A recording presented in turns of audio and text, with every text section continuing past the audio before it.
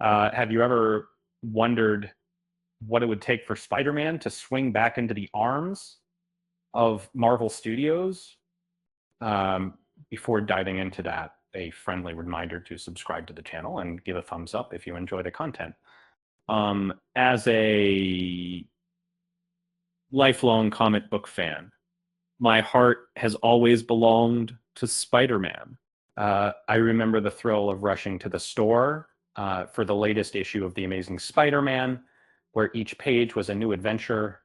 Uh, uh, those stories shaped my childhood and ignited my passion for storytelling. And recently, the release of Kraven the Hunter, featuring Aaron Taylor Johnson, has left many fans feeling disheartened.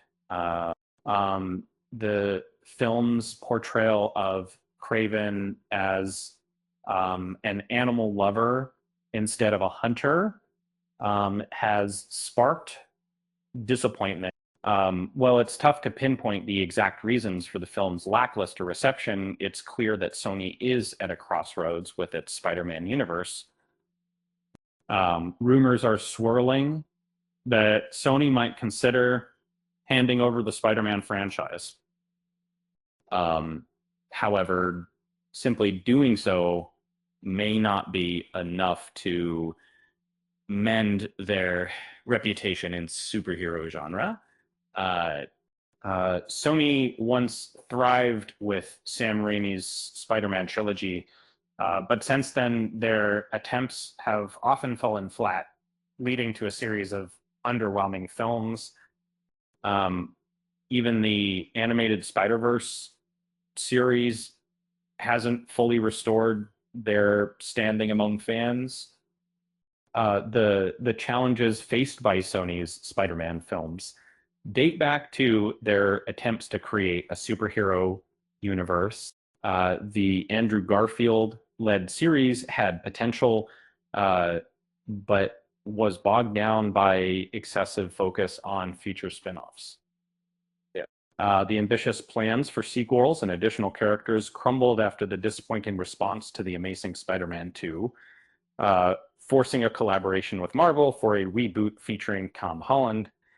Uh, Despite abandoning their cinematic universe plans, Sony revived them with the release of Venom in 2018, leading to the creation of the Sony Spider-Man universe. Unfortunately, this venture has not fared well, with the universe collapsing after just 6 films. And as superhero fatigue sets in, and Sony finds itself in a precarious position.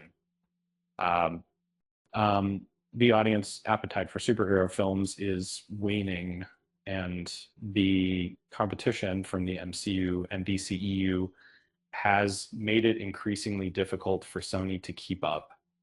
And films like Morbius and Kraven the Hunter have underperformed, highlighting that simply owning the rights to these characters isn't enough.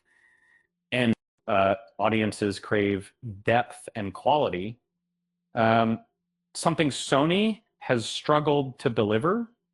Uh, After facing significant financial setbacks, Sony might contemplate stepping back from the superhero genre altogether. The recent decline in public interest could make it advantageous for them to return Spider-Man's rights to Marvel, despite the success of Tom Holland's Spider-Man within the MCU. Sony has often been overshadowed by other franchises. From a creative standpoint, Marvel has consistently demonstrated a better understanding of Spider-Man and his world.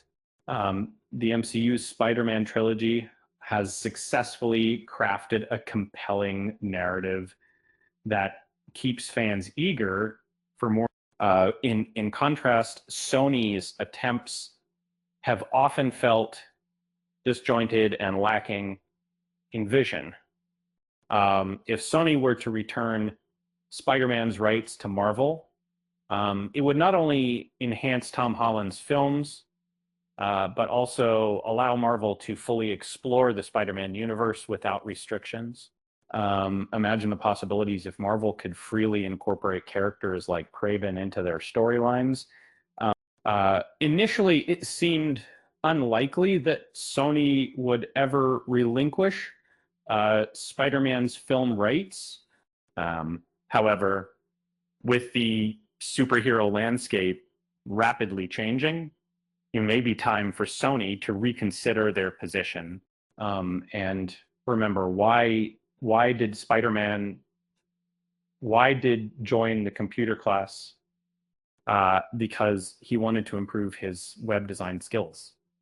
With that said, thanks for watching, and until next time.